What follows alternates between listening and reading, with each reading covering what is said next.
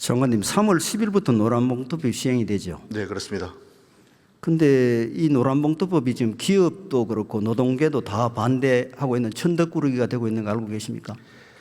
천덕꾸러기보다는 시행령 과정에서 노사에 이견이 있는 걸로 알고 있습니다. 이견 정도가 아니고요. 지금 3월 10일 법이 시행되면은 현대자동차 한 곳에만 교섭을 요구할 수 있는 하청 노조가 8,500개라는데 알고 계시죠? 교섭을 요구할 수 있는 노조 수가 8,500개라고는 생각하지 않습니다. 아니 언론에 다 그렇게 보도가 되고 있지 않습니까? 그리고 교섭을 법이 시행되기도 전에 벌써 24개 하청 노조가 13개 원청 기업을 상대로 교섭 전면전을 선포를 했습니다. 또 언론에 따르면은 민주노총은 노란봉투법 시행일인 3월 10일에 맞춰서 일제히 원청 교섭을 요구하고 거부하면은 부당 노동행위 고발로 압박하겠다는 계획을 세우고 있다고 합니다. 또 장관께서는 지난 8월 중소기업 중앙회에 가셔서 법 시행까지 6개월 동안 구체적인 매뉴얼을 마련해서 불확실을 해소하겠다고 말씀하셨죠. 네, 그렇습니다. 그 어떻게 지금 불확실이 해소됐습니까? 저희들이 20차례 이상 기업하고 간담회도 하고 노동계하고도 20차례 이상 간담회 하면서 여러 가지 소통하고 있습니다.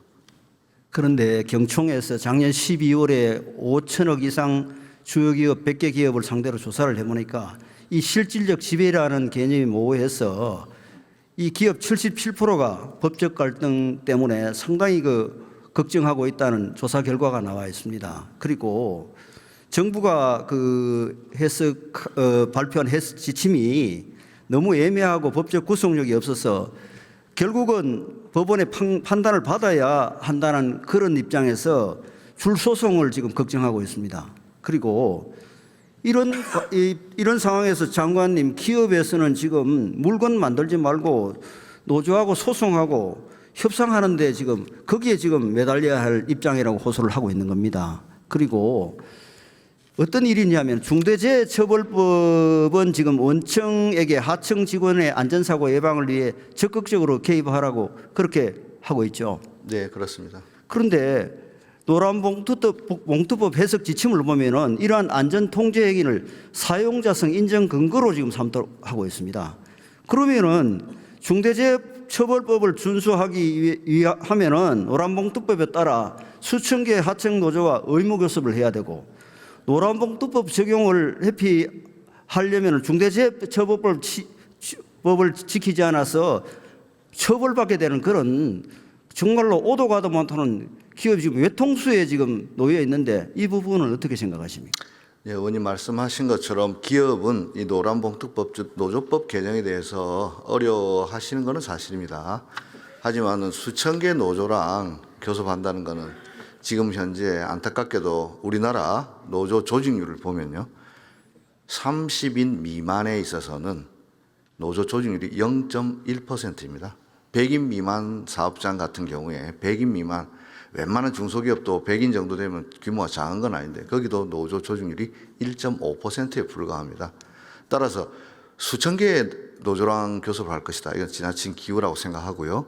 의원님 지적하신 것처럼 중대재해처벌법에서 원청의 책임을 강화해서 어떻게 해서든 우리 원청이 관리하는 사업장에서 사고 안 나도록 예방조치를 잘 해야 하는데 그러다 보면 오히려 이것이 나를 사용자로 특정하게 만드는 것 아니냐 이런 걱정을 하시는 것 같습니다. 이번 기회를 통해서 말씀드리면은 모든 원청이 안전조치를 강화한다고 해서 그것이 곧 사용자성으로 인정되는 건 아닙니다. 다만 인정될 가능성이 높은데요. 그렇게 되었을 때 저는 오히려 원청과 하청이 안전과 관련해서 협의를 했다고 해서 그것이 원청에게 비용으로 될 것인가, 이건 한번 우리가 깊이 생각해 볼 문제라고 생각합니다. 결과적으로 산업안전과 관련해서 원청과 하청이 머리를 맞대서 그 사업장에서 중대재해가 발생 안 한다면 그 노사 모두에게 이익일 것입니다. 지금 기업 99%가 보안입법을 원하고 있는 걸 알고 있죠. 경총의 조사는 조사 결과가 그래 나와 있잖아요. 그리고 63.6%가 법 시행 시기 유예를 호소하고 있습니다. 이 혼란을 막기 위해서 지금이라도 이 법 시행을 유예를 할 생각은 없으십니까? 네, 국민의힘에서 또 말씀을 법안도 주시고, 발의돼 예, 있죠. 발의돼 있고 많은 야당 의원님들이 그런 주장도 하십니다. 또 기업의 어려움이 있다는 것도 저도 잘 알고 있습니다. 다만 제가 지난 6개월을 돌이켜 봤을 때 이 법 시행에서 제일 중요한 거는 뭐 신뢰 부분이라고 생각합니다. 아까도 말씀하셨듯이 기업 입장에서는 노조와 교섭하는 것 자체가 일단 비용이라고 생각하십니다. 안 해도 될 일보다는 또 뭐 할 일도 많은데 우리가 또 교섭에 매달려야 되나 이런 어려움이 있는 것도 사실입니다. 노조 입장에서는 20년 넘게 쌓아왔던 법을 또 미루면 어떡하나 이런 불신이 있습니다. 그래서 저는 이걸 무작정 미룬다고 해서 그동안에 1년 동안에 그 신뢰가 하루아침에 회복될 것이다 이렇게 보긴 어렵기 때문에 법을 시행하면서 오히려 노사 간에 상생하는 모델을 잘 만들어 가지고 교섭 자체가 부담이 되는 것이 아니고 노사가 상생하는 길이다 이런 모범을 잘 만들도록 하겠습니다. 기업의 입장을 고려를 해서 이 그 법 시행 시기를 늦추는 것도 정부에서 한번 검토를 해 보십시오. 이게 계속 이렇게 하소연하는 것이 이유 없이 하소연하지 않습니다. 우리가 그 행정을 할 때 민원, 일종의 민원이라는 것이 계속 그 민원을 제기하면 그 민원이 근거가 있고 이유가 있는 겁니다. 이것을 그냥 그 민주노총 입장만 생각해서 이게 그 기업의 입장을 도외시하는 그런 일이 있어서는 안 되지 않습니까? 조금 이 문제를 해결하기 위해서 지금 법 해석 지침도 불명확하고 이래서 현장에 애로를 겪고 있으니까 이게 집행 시기를 늦추는 것을 좀 고려를 정부 내에서 해 주시기 바랍니다.